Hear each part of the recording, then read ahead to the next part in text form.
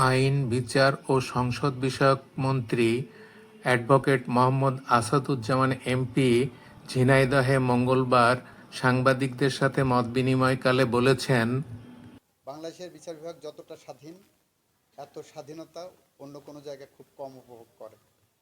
আপনার সুপ্রিম কোর্টের বিচারকরা সাংবিধানিকভাবে এতটাই স্বাধীন, যেখানে তাদের ট্রান্সফার, পোস্টিং, ডিসিপ্লিন কোনো কিছু সরকার হাতে নাই।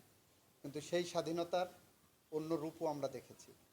সেখানে আমরা দেখেছি শপথবদ্ধ রাজনীতিবিদ হতে। সেই স্বাধীনতা আমাদের দেশে মানুষের নাগরিক অধিকার রক্ষা করতে ব্যর্থ হয়েছে।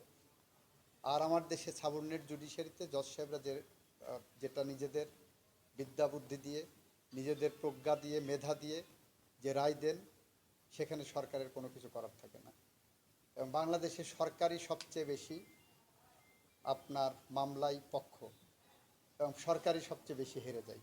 এটাও আপনাদের মাথায় রাখতে হবে। যদি সরকার এত মামলায় না হারতো, তাহলে বলতে পারতেন যে সরকার তার সব মামলা জিতে যাচ্ছে। স্টাডি করে দেখেন, সরকারের বিরুদ্ধে রায় বেশি হয়। দীর্ঘসূত্রিতার কারণ হলো কয়েকটা কারণ থাকে। এখন আমার দেশে প্রায় 45 লক্ষ মামলা পেন্ডিং, সেই তুলনায় আমাদের জজের সংখ্যা কম। আর যদি ফার্স্ট ট্র্যাকে যে আমাদের লয়ারদের সংখ্যাও কম সেই তুলনায়, যারা ট্রায়াল করতে পারেন। ন্যায় বিচার নিশ্চিত করতে গেলে একটা ন্যায় বিচার প্রক্রিয়ার সাথে অনেকগুলো ফ্যাক্টর কাজ করে।